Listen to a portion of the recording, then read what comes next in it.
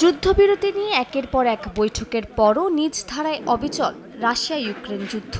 মৃত্যু, ধ্বংস আর আতঙ্ক যেন এখন এই দুই দেশের নামের সঙ্গে জড়িয়ে আছে। স্থানীয় সময় মঙ্গলবার রাশিয়ার ড্রোন হামলায় কেঁপে উঠেছে ইউক্রেনের খার্কিভ, কিয়েভ সহ বিভিন্ন অঞ্চল। এই ঘটনায় শিশুসহ হতাহত হয়েছেন বেশ কয়েকজন।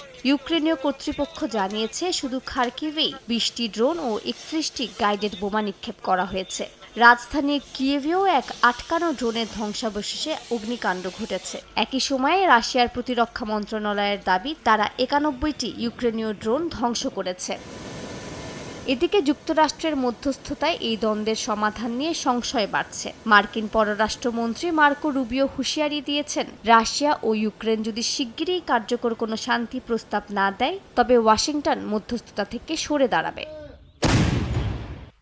এর মধ্যে সংঘাতে নতুন মাত্রা যোগ হয়েছে চীনের সম্ভাব্য সম্পৃক্ততা নিয়ে। তবে এবার সিএনএন-এর এক প্রতিবেদন অনুযায়ী রাশিয়ার হয়ে চীনাদের ইউক্রেনের বিরুদ্ধে যুদ্ধে আসতে নিষেধ করছেন যুদ্ধরত চীনা সেনারা। তাদের অভিযোগ, রাশিয়ার সেনাবাহিনীর নির্দেশনা নিয়ে প্রশ্ন করলে কিংবা অমান্য করলে এসব বিদেশি সেনাদের বর্ণনাতীত অত্যাচারের মুখোমুখি হতে হয়। চীনের সেনাদের এমন অভিযোগের মধ্যেই দক্ষিণ কোরিয়ার আইন প্রণেতারা জানিয়েছেন, রাশিয়ার হয়ে যুদ্ধে অংশ নেওয়া প্রায় 15,000 সেনার মধ্যে অন্তত 600 জন উত্তর কোরিয়ার সেনা নিহত হয়েছেন।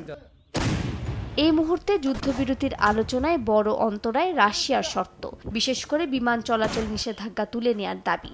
গার্ডিয়ানের এক প্রতিবেদন অনুযায়ী রাশিয়ার বেসামরিক বিমান সংস্থাগুলো এখনও সামরিক মালামাল পরিবহনে জড়িত। সে কারণে ইউক্রেন ও পশ্চিমা দেশগুলোর ধারণা, নিষেধাজ্ঞা শিথিল করা মানে যুদ্ধযন্ত্রে অক্সিজেন দেয়া। বিশেষজ্ঞরা বলছেন, রাশিয়া শান্তির নামে আকাশপথ উন্মুক্ত করতে চায়, যেন সে আরও কার্যকরভাবে যুদ্ধ চালাতে পারে। মালিহা সুহরাওয়ার্দী, সময় সংবাদ।